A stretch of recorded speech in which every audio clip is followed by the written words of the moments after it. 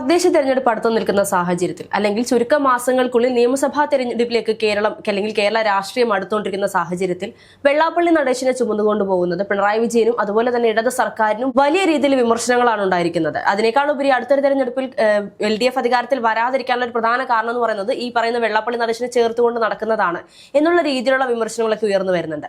യഥാർത്ഥത്തിൽ വെള്ളാപ്പള്ളി നടേശനുമായി ചേർന്നത് കൊണ്ട് മാത്രം പിണറായി സർക്കാരിന് അധികാരം നഷ്ടപ്പെട്ടു പോകുമോ? അതിന് സാധ്യതകളുണ്ടോ? അല്ല, ഇപ്പം കൃത്യമായി പറഞ്ഞാൽ നിലവിലത്തെ സാഹചര്യത്തിൽ ഇപ്പോൾ നമ്മൾ കടന്നു പോകുന്ന രാഷ്ട്രീയ കേരളത്തിലെ സാഹചര്യത്തിൽ LDF ഭരണത്തിലേക്ക് വരാനുള്ള എല്ലാ സാഹചര്യങ്ങളും മുന്നിൽ കാണുന്നുണ്ട്. എന്ന് വെച്ചാൽ ഒരു പടി മുന്നിലാണ്. അവർ ഏകദേശം ഒരു 75 സീറ്റോളം ഇപ്പോൾ തന്നെ ഉറപ്പിച്ചു കഴിഞ്ഞു. അതിന് ബോണസായാണ് ബാക്കി കിട്ടുന്ന സീറ്റുകളെല്ലാം അവർ കൃത്യമായി എണ്ണയിട്ട യന്ത്രം പോലെ അവർ PR സംവിധാനങ്ങളും മറ്റ് സംഘടനാ സംവിധാനങ്ങളും CPM-ന്റെ എല്ലാ സംവിധാനങ്ങളും പ്രവർത്തിക്കുന്നുണ്ട്. പക്ഷേ മറ്റൊരു ചോദ്യം ചോദിക്കട്ടെ, അങ്ങനെയാണെങ്കിൽ ഇത്രത്തോളം വിവാദങ്ങൾ അല്ലെങ്കിൽ ഇത്രത്തോളം വിമർശനങ്ങളും പരാതികളും CPM എന്ന് പറയുന്ന ഒരു പാർട്ടിക്കെതിരെ അല്ലെങ്കിൽ LDF എന്ന് പറയുന്ന പാർട്ടിക്കെതിരെ വരുന്ന സാഹചര്യത്തിൽ ഈ ഒരു മുന്നണിക്കെതിരെ വരുമ്പോൾ സ്വാഭാവികമായും കോൺഗ്രസിനാണ് അധികാരത്തിൽ വരാൻ താല്പര്യമെന്നും അതുപോലെ തന്നെ ജനങ്ങൾക്കിടയിൽ ഭരണവിരുദ്ധ വികാരമാണ് ഇപ്പോൾ ഏറ്റവും കൂടുതൽ ഉയർന്നു നിൽക്കുന്നത് എന്നുമാണ് പല അനലിറ്റിക്സും സൂചിപ്പിച്ചുകൊണ്ടിരിക്കുന്നത്. ആ ഒരു സാഹചര്യത്തിൽ എങ്ങനെയാണ് വീണ്ടും അധികാരത്തിൽ വരാൻ സാധിക്കുമെന്ന് ഇത്ര ഉറപ്പിച്ച് പറയാൻ സാധിക്കുന്നത്? ആന്റി ഇൻകംബൻസി ഉണ്ടെന്ന് പറയുമ്പോഴും കേരളത്തിൽ കഴിഞ്ഞ 10 വർഷമായി LDF ഗവൺമെന്റ് ഭരിക്കുന്നു. ആദ്യത്തെ 5 വർഷം ഭരിച്ചപ്പോൾ തന്നെ ഇവിടെ ആന്റി ഇൻകംബൻസി വികാരം ഉണ്ട് എന്നൊക്കെ ഉയർത്തിക്കാട്ടിയിരുന്നു. പക്ഷേ അങ്ങനെയല്ല, കൃത്യമായി LDF 3ാം തവണയും വരുമെന്നുള്ള സൂചനകൾ ഇതിനോട് തന്നു കഴിഞ്ഞു. കൃത്യമായ പ്ലാനിങ്ങോടുകൂടിയാണ് അവർ മുന്നോട്ട് പോകുന്നത്.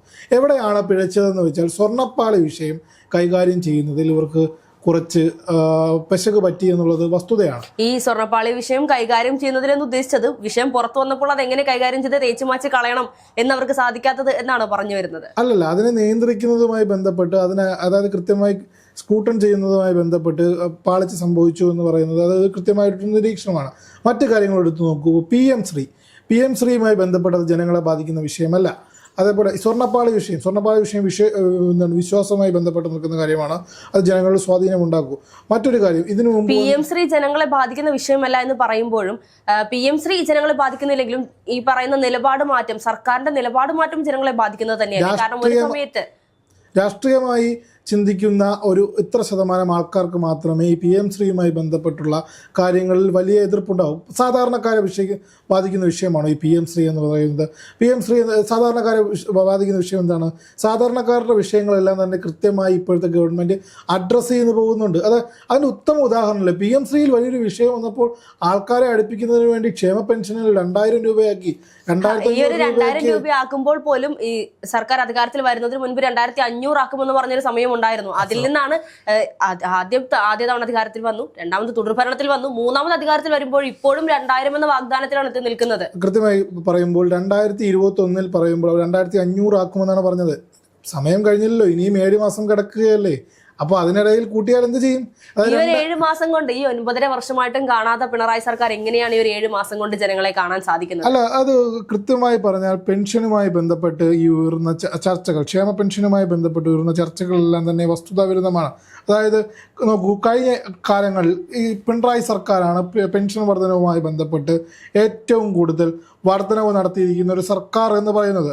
നമ്മളുടെ മുമ്പിൽ അതിനുള്ള കണക്കുകൾ വ്യക്തമാണ്. ഈ 1980 മുതൽ 81 കാലയളവിൽ ഈ ക്ഷേമ പെൻഷൻ എന്ന് പറയുന്നത് 45 രൂപയായിരുന്നു. അതിൽ സർക്കാരിൻ്റെ ഒരു ദീർഘവീക്ഷണം എന്ന് പറയുന്നത്, LDF സർക്കാരിൻ്റെ ദീർഘവീക്ഷണം എന്ന് പറയുന്നത് വളരെ വലുതാണ്.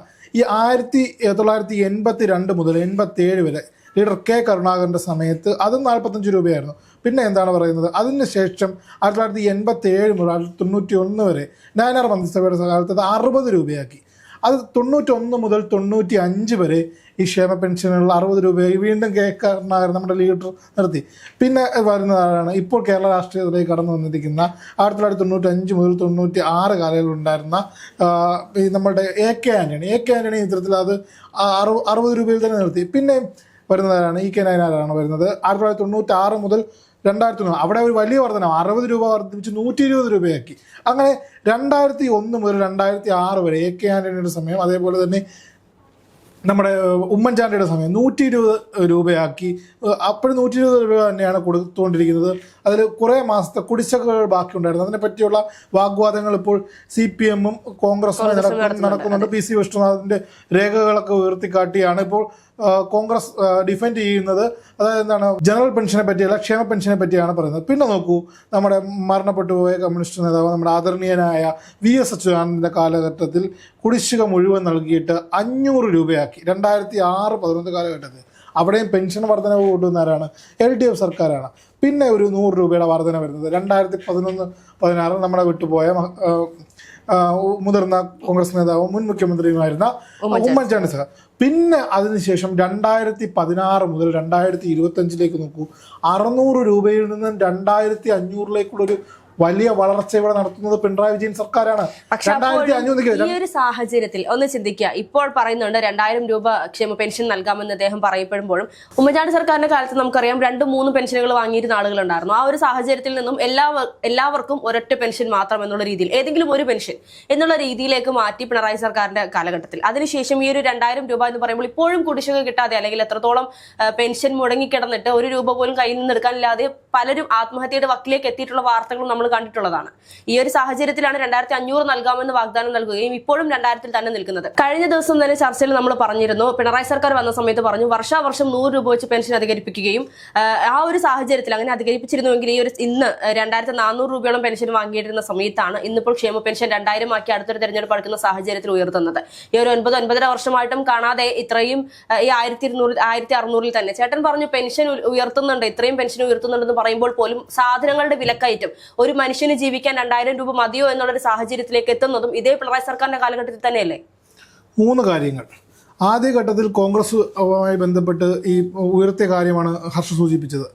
ഈ കോൺഗ്രസിൻ്റെ കാലത്ത് പെൻഷൻ തുക കുടിശ്ശിക ഉണ്ടായിരുന്നു. അത് VSന്റെ കാലം വന്നപ്പോൾ തീർത്തു 2000-ലേക്ക് എത്തിച്ചത്. 2500-ലേക്ക് എത്താൻ പോകുന്നതും പിണറായി വിജയന്റെ കാലത്താണ്. ഇവിടെ ആരാണ് ക്ഷേമ പെൻഷൻ കിട്ടാതെ ആത്മഹത്യ ചെയ്തത്? മരുന്നിന് പോലും പൈസ ഇല്ലാതെ എത്രയോ ആളുകൾ ആത്മഹത്യയുടെ വക്കിലേക്ക് അല്ലെങ്കിൽ ആത്മഹത്യ ചെയ്ത വാർത്തകൾ നമ്മൾ കണ്ടിട്ടുണ്ട്. 1 രൂപ പോലും എടുക്കാനില്ലാതെ, സ്വന്തമായിട്ട് മരുന്ന് പോലും വാങ്ങിക്കാൻ സാധിക്കാതെ, ഭക്ഷണമോ വെള്ളമോ. നമുക്കറിയാം ഇത്രയും പ്രായമായ ആളുകളാണ്. ഇവരെയൊക്കെ നോക്കാൻ ഇന്നത്തെ സാഹചര്യത്തിൽ മക്കൾ പോലും മുന്നിട്ടിറങ്ങാത്തൊരു സമയത്ത് പെൻഷൻ കൊണ്ട് മാത്രം ജീവിച്ചു പോകുന്ന ഒരുപാട് ആളുകളുണ്ട്. ഈ ഒരു കുടിശ്ശിക നിലനിൽക്കുമ്പോൾ അവരെങ്ങനെ മുന്നോട്ട് പോകുമെന്ന് പോലും പലരും ചിന്തിക്കുന്നില്ല എന്നുള്ളതാണ്. ക്ഷേമ പെൻഷൻ കൊടുക്കുന്ന കാര്യത്തിൽ LDF സർക്കാരിനോളം മികവ് ഇവിടുത്തെ മറ്റ് സർക്കാരുകൾ കോൺഗ്രസ് സർക്കാരുകൾ പുലർത്തിയിട്ടില്ല. രണ്ടാമത്തെ കാര്യം, ഈ ക്ഷേമ പെൻഷൻ കൊടുക്കുന്നതിനെ എന്തിനാണ് ഇവിടുത്തെ ഈ കോൺഗ്രസ്സുകാർ എതിർക്കുന്നത്? ജനങ്ങൾക്ക് കിട്ടുന്നത് അവരുടെ ഔദാര്യമല്ല, അവകാശമാണ്. ഇപ്പോൾ ഈ വിഭ്രാന്തി പൂണ്ട് വിളറി പൂണ്ട് ഇവർ കാണിക്കുന്നതെല്ലാം തന്നെ മുഖം നഷ്ടപ്പെട്ടിരിക്കുന്ന കോൺഗ്രസിന് 2026 എങ്ങനെയെങ്കിലും അധികാരത്തിൽ വരണമെന്നതിനുള്ള ഉത്തമ ഉദാഹരണമാണ്. നോക്കൂ, നമ്മൾ ആദ്യഘട്ടത്തിൽ ചർച്ച ചെയ്ത വിഷയം ഈ വെള്ളാപ്പള്ളിയുമായി ബന്ധപ്പെട്ട് വെള്ളാപ്പള്ളിയെ ചുമക്കുന്നത്, ഹർഷകനല്ലേ ചോദിച്ചു, വെള്ളാപ്പള്ളിയെ ചുമക്കുന്നത് LDFന് കോട്ടം തട്ടുമെന്ന് ചോദിക്കുന്നു. എൻ്റെ അഭിപ്രായത്തിൽ ഇപ്പോൾ CPM സ്വീകരിച്ചിരിക്കുന്ന ഒരു ലൈനുണ്ട്. അത് കഴിഞ്ഞ ദിവസങ്ങളിൽ നമ്മുടെ സീനിയർ ജേർണലിസ്റ്റുകളായിട്ടൊക്കെ നമ്മൾ ചർച്ച ചെയ്ത സ്ഥിതിയാണ്. ഒരു മൃദു ഹിന്ദു സമീപനം, ഒരു ഹിന്ദു ബെൽറ്റ് സമീപനമാണ് LDF മൊത്തത്തിൽ സ്വീകരിച്ചത്. അതിന് ഉത്തമ ഉദാഹരണമാണ്. നമുക്കറിയാം ഡൽഹിയിൽ വെച്ച് ഹിന്ദുവിനാണെന്ന് തോന്നുന്നു ഈ മുഖ്യമന്ത്രി കൊടുത്തൊരു ഇൻ്റർവ്യൂ വളരെ ചർച്ച ചെയ്യുന്നത്. മലപ്പുറത്ത് നടക്കുന്ന കാര്യങ്ങളെ പറ്റിയാണ് അദ്ദേഹം പരാമർശിച്ചത്. അതിനുശേഷം ഇവിടെ വരുന്നു, വെള്ളാപ്പള്ളിയുമായി ചേർന്ന് കൈ കൊടുക്കുന്നു, വെള്ളാപ്പള്ളിയുമായി സഹകരിക്കുന്നു. അതിനുശേഷം വെള്ളാപ്പള്ളി മലപ്പുറത്ത് പോയി പരാമർശങ്ങൾ നടത്തുന്നു, കോട്ടയത്ത് പോയി പരാമർശങ്ങൾ നടത്തുന്നു. അപ്പോൾ തന്നെ പറഞ്ഞു എന്താണ്, മുസ്ലിം ന്യൂനപക്ഷങ്ങളെ ചേർത്ത് നിർത്താനല്ല. കഴിഞ്ഞ ലോക്സഭാ തെരഞ്ഞെടുപ്പിൽ പറഞ്ഞത് മുസ്ലിം ന്യൂനപക്ഷ വോട്ടുകൾ എങ്ങോട്ടേക്കാണ് പോയത്? കോൺഗ്രസിലേക്കാണ് ഏകീകരിച്ചത്. ആ ഒരു സാഹചര്യത്തിൽ ഇവരിപ്പോൾ നോക്കുന്നത് എന്താണ്, BJPയുടെ B ടീമാണെന്ന് CPM എന്ന് പറയുമ്പോഴും അവരൊരു ഹിന്ദു കോർപ്പറേറ്റ് സെറ്റപ്പിലേക്ക് മാറിക്കൊണ്ടിരിക്കുന്നു. അതായത് അത്തരത്തിലുള്ള ആൾക്കാർ മതി, അവരുടെ വോട്ടുകൾ നേടി ജയിക്കാൻ കഴിയും. അതുകൊണ്ട് തന്നെയല്ലേ അത് SNDPയെ ചേർത്ത് നിർത്തുന്നു, NSSനെ ചേർത്ത് നിർത്തുന്നു, ഇതെല്ലാം ആഗോള അയ്യപ്പ സംഗമം നടത്തുന്നു. അവസാന കാലഘട്ടത്തിലാണിത്. ഇതെല്ലാം കൃത്യമായി പൊർട്രേറ്റ് ചെയ്യുന്നതാണ്. ഈ ഒരു ലൈനിലേക്കാണ് ഇനി പോകുന്നത്. പക്ഷേ അപ്പോൾ പോലും SNDPയെ ചേർത്ത് നിർത്തുന്നു, NSSനെ ചേർത്ത് നിർത്തുന്നു എന്ന് പറയുന്ന സാഹചര്യത്തിൽ ഈ പറയുന്ന NSSന്റെ ആണെങ്കിലും SNDPയുടെ ആണെങ്കിലും നേതാക്കളെ ഒഴിച്ചു നിർത്തിയാൽ മറ്റു പല ആളുകളും ഈ നേതാക്കന്മാരും പിണറായി വിജയനുമായി ചേർന്ന് നിൽക്കുന്ന പലതിനോടും താല്പര്യമില്ലായ്മ പ്രകടിപ്പിച്ചിട്ടുണ്ട്.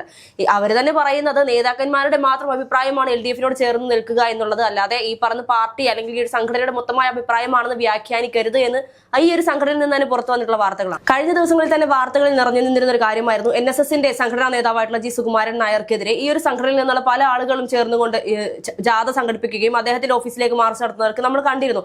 ഇതിനൊക്കെ ഉദാഹരണം അല്ലെങ്കിൽ ഇതൊക്കെ പ്രകടിപ്പിക്കുന്നത് NSSന്റെ അല്ലെങ്കിൽ ഈ പറഞ്ഞ G സുകുമാരൻ നായർ LDFുമായി ചേർന്ന് നിൽക്കുന്നതിനോട് സംഘടനയ്ക്ക് താല്പര്യമില്ല എന്ന് തന്നെയല്ലേ? ഈ ഇപ്പോൾ NSS അല്ലാതെ മറ്റേത് സംഘടനയാണ് ഇത്തരത്തിൽ ഒരു പ്രശ്നമായി മുന്നോട്ട് വന്നിരിക്കുന്നത്. ഇപ്പൊ SNDP സംബന്ധിച്ച് നോക്കുകയാണെന്നുണ്ടെങ്കിൽ വെള്ളാപ്പള്ളി നടേശൻ LDF-നോട് ചേർന്ന് നിൽക്കുന്നു, വെള്ളാപ്പള്ളി നടേശന്റെ മകൻ BJP-യോട് ചേർന്ന് നിൽക്കുന്നു. ഇത് തന്നെ നമുക്ക് മനസ്സിലാക്കാൻ സാധിക്കുന്നത് ചേട്ടൻ നേരത്തെ സൂചിപ്പിച്ചതുപോലെ BJP-യുടെ B സംഘടന അല്ലെങ്കിൽ B ഗ്രൂപ്പാണ് CPM എന്ന് പറയുന്നുണ്ട്.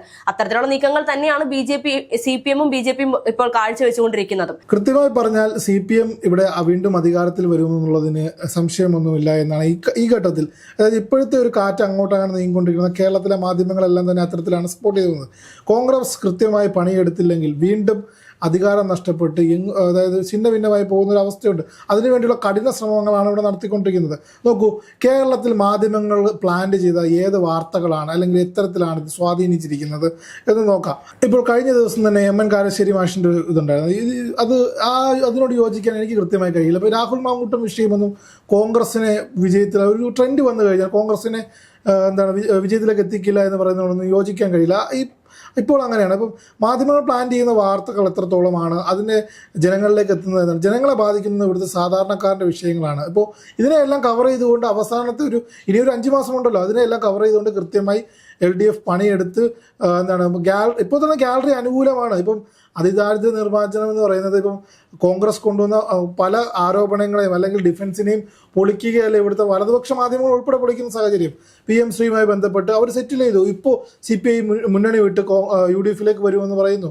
അപ്പോൾ ആലപ്പുഴ ജില്ലയിൽ G സുധാകരൻ്റെ വിഷയം, ഇതെല്ലാം തന്നെ സെറ്റിൽ ചെയ്യാൻ കഴിയുന്ന വിഷയങ്ങളാണ്. പക്ഷേ കോൺഗ്രസിനെ സംബന്ധിച്ച് അതല്ല. ഈ മുഖ്യമന്ത്രി പോര് ഇവിടെ നടക്കുകയാണ്.